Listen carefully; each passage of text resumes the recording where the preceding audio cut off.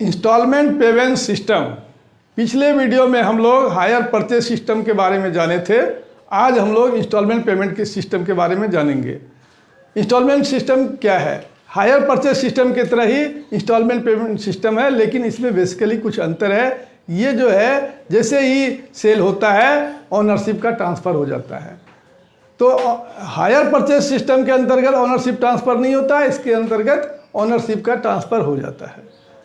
अब इसमें भी जो है सेल जो होता है, किस तरह का सेल है? तो सेलिंग जो होता है वो क्रेडिट सेल होता है। क्या होता है? गुड्स सोल्ड ऑन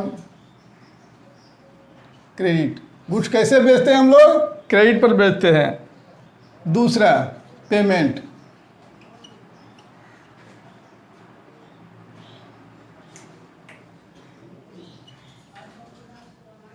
पेमेंट कैसे होता है? तो पेमेंट हम लोगों का इंस्टॉलमेंट पर होता है। Payment made on instalment. Payment जो है इंस्टॉलमेंट में किया जाता है। तीसरा है ऑन क्या? पोजीशन।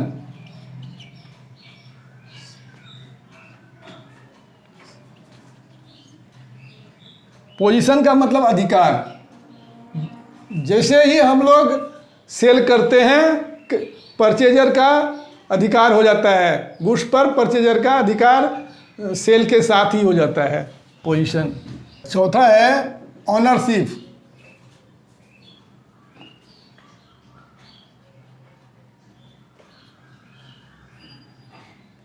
ऑनरशिप यानी मालिक।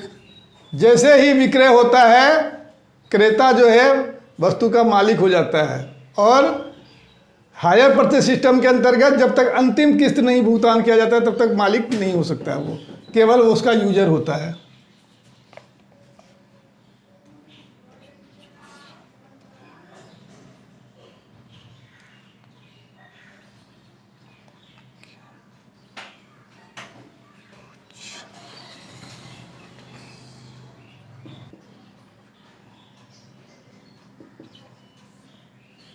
Can use according his choice.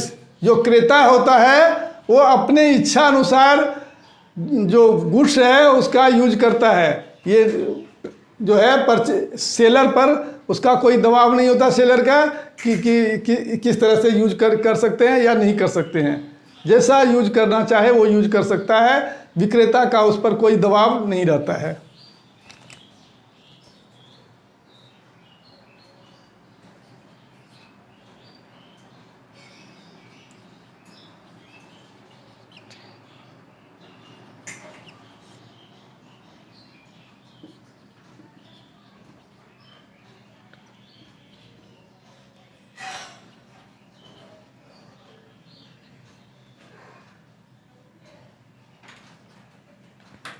Right of third party. तीसरे पक्ष का अधिकार।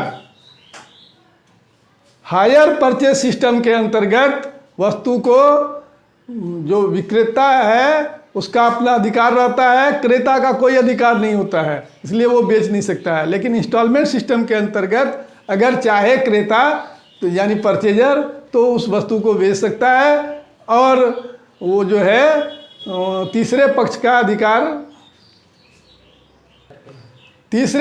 अधिकार जो है सामान्य हो जाता है, यानी उसको वो अधिकार में आ जाता है। तीसरे पक्ष को अधिकार मिल जाता है बेचने के बाद।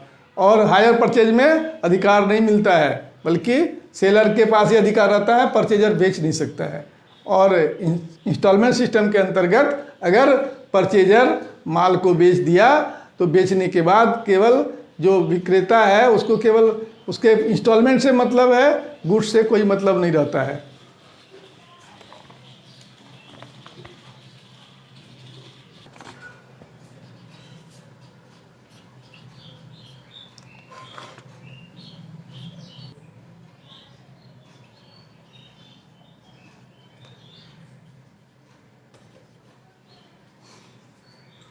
To take back the goods यानी वस्तु को वापस लेने का अधिकार। इंस्टॉलमेंट सिस्टम के अंतर्गत वस्तु का जो मालिक होता है वो क्रेता हो जाता है, इसलिए विक्रेता कभी भी अपने अधिकार में वस्तु को नहीं ले सकता है। तो इस तरह से हम लोग जाने इंस्टॉलमेंट के बारे में। अब दोनों के अंतर के बारे में जानेंगे। अब हम लोग हायर परचेज और इंस्टॉलमेंट में अंतर जानेंगे, दोनों में क्या अंतर है। पहला, नेचर ऑफ कॉन्ट्रैक्ट।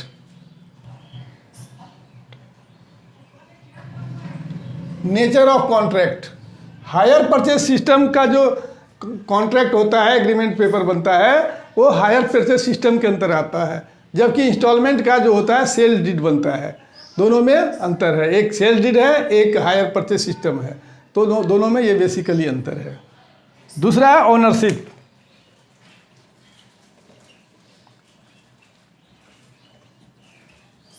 ओनरशिप यानी मालिक। हायर परचेज सिस्टम के अंतर्गत जब तक कि अंतिम किस्त का भुगतान नहीं कर दे तब तक जो है ओनरशिप का ट्रांसफर नहीं होता है। इंस्टॉलमेंट सिस्टम के साथ जैसे ही डीड तैयार होता है वैसे वो जो है ओनर बन जाता है, परचेजर जो है ओनर बन जाता है। लेकिन हायर परचेज सिस्टम के अंतर्गत पूरा पैसा देने के बाद ही ओनर बनता है। तीसरा है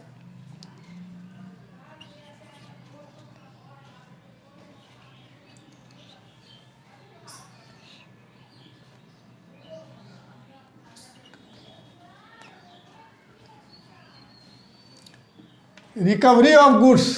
हायर परचेज सिस्टम के अंतर्गत अगर किस्त भुगतान करने में असमर्थ होता है परचेजर, तो जो गुड्स है यानी जो भी ट्रक है, बस है, सबको वो क्या करता है, परचेजर से सेलर ले लेगा, यानी जब्त कर लेता है, अपने अंडर में ले लेता है। Right of disposal.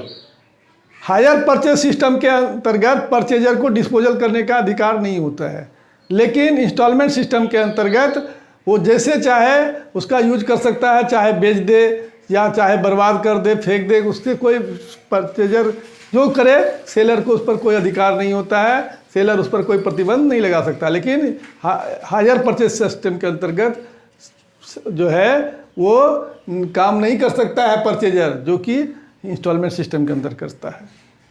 Right of disposal के अंतर्गत हम लोग उसके बाद है राइट ऑफ सेलर। सेलर का अधिकार जो है सीमित होता है इंस्टॉलमेंट सिस्टम के अंतर्गत। वो जो है उस पर कोई दबाव नहीं दे सकता, केवल वो जो है पैसा लेने का अधिकारी होता है। इसके साथ वो माल को वापस नहीं ले सकता है कि उसको समय पर इंस्टॉलमेंट नहीं भी मिलता है, फिर भी जो है वो माल को नहीं ले सकता है, केवल वो जो है पैसा लेने का अधिकारी होता है। रिपेयर का अधिकार जो है हायर परचेज सिस्टम के अंतर्गत छोटा फोटा अगर टूट फूट होता है, छोटा मोटा, तो वो जो है परचेजर का होता है, बड़ा टूट फूट होता है तो हायर सेलर का होता है।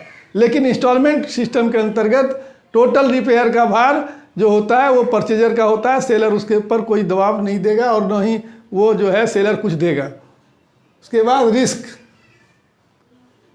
हायर परचेज के अंतर्गत टोटल रिस्क सेलर का होता है, परचेजर का कोई रिस्क नहीं होता है। लेकिन इंस्टॉलमेंट सिस्टम के अंतर्गत सेल होने के बाद टोटल रिस्क जो है वो कवर परचेजर करता है।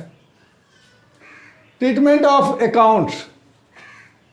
दोनों के अकाउंट बनाने में अंतर है।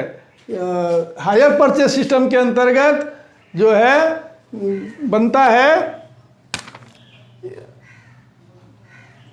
Vendor account, treatment of account. दोनों के अकाउंट के में जो है अलग अलग तरीके से बनाया जाता है। हायर परचेज सिस्टम के अंतर्गत हर एक वर्ष जो है इंटरेस्ट जोड़ा जाता है, जबकि इंस्टॉलमेंट सिस्टम के अंतर्गत एक साथ टोटल जो इंटरेस्ट होता है उसको जोड़कर इंटरेस्ट सस्पेंस में डाल दिया जाता है, और दोनों को बनाने का तरीका बिल्कुल भिन्न है। इस तरह हम लोग आज इंस्टॉलमेंट सिस्टम के बारे में जाने और इसके हायर परचेज सिस्टम और इंस्टॉलमेंट सिस्टम दोनों में क्या अंतर है उसके बारे में जाने। अब नेक्स्ट वीडियो में इसके सवाल को हम लोग सॉल्व करेंगे। वीडियो अगर पसंद आए तो इसे लाइक करें और सब्सक्राइब करें, अपने दोस्तों में शेयर करें।